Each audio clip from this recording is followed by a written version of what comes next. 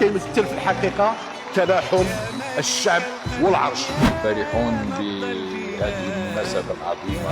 شعور كبير، راني فرحان بزاف، راني فرحان واحد الفرحة لا يأتي بها الزمن واحد الفرحة. فهو عيد الوفاء وعيد الولاء وعيد الانتماء.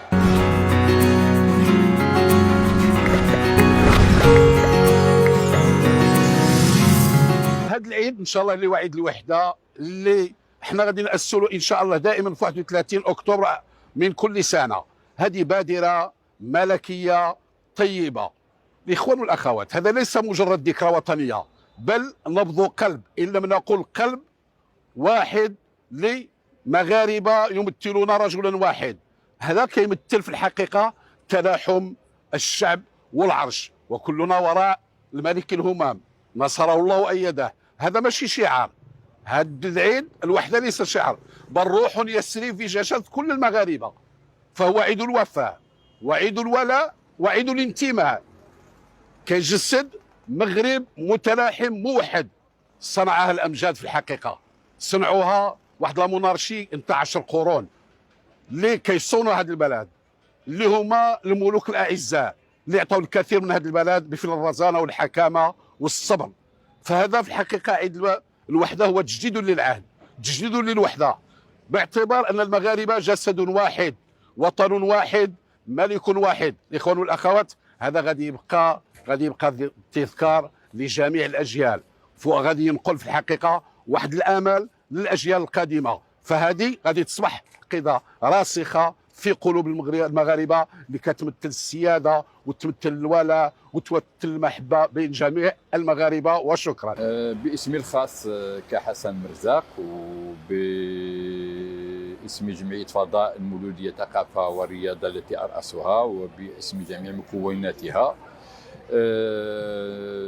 نجدد البيعة إلى صاحب الجلالة الملك محمد السادس نصره الله وإلى الأسرة الملكية، وإننا جد فرحون بهذه المناسبة العظيمة، وخاصة الذكرى 50 لاسترجاع الصحراء المغربية، وكذلك القرار الملكي باعتبار 31 أكتوبر يوم للوحدة.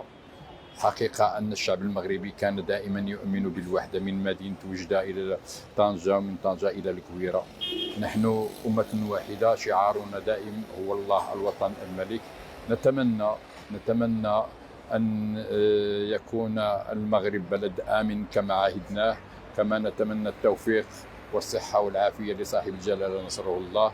ومرة أخرى باسم فضاء المولودية الوجدية ثقافة والرياضة، وباسم عائلة مرزاق، وباسم الخاص، نجدد الولاء والإخلاص للسدة العالية بالله صاحب الجلالة محمد السادس نصره الله. في الحقيقة على السؤال ديالكم ديال 31 أكتوبر كعيد وطني، عيد الوحدة، الحقيقة هذا شعور بهذا العيد، هذا الذكرى ديالو نبدا نخلدوها من 31 ل 31، شعور كبير على اساس حتى حنا ماذا بنا انه يتخلد 31 نضيفوه ل 6 نوفمبر اللي هو عيد المسيرة.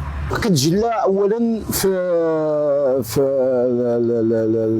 الوحده الترابيه انه الملف ديال الصحراء اللي دام تقريبا ازيد من 50 سنه انتهى. انه احنا دابا بالنسبه لنا هذا العيد هذا كيعطينا ذكرى ديال انتهاء المشكل ديال الوحده الترابيه، انه انتهى الملف ديال الصحراء.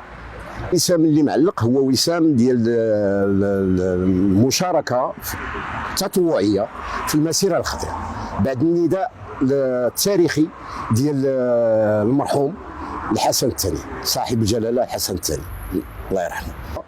بحالي بحال مجموعه ديال المواطنين اللي هما شاركوا في المسيره انطلاقا من الاقاليم الى وصول الى الاراضي الصحراويه الجنوبيه. انا متطوع المسيره الخضراء في هذا العيد، في هذا العيد ان شاء الله حنا راني فرحان بزاف، راني فرحان واحد الفرحه لا ياتي بها الزمن، واحد الفرحه والحمد لله سقى لنا الصحراء ديالنا، والله يرحم جلالة الملك الحسن الثاني، والله ينصر سيدنا محمد. راني فرحان سيدي، فرحان، واحد الفرحة كبيرة.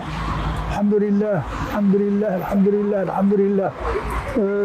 منين سقى الصحراء ان شاء الله الحمد لله. هاي الوحده سيدي ما تبقى دائما ذكرى تاريخ. انا مشيت للمسيره عندي 30 سنه، عندي 82 سنه.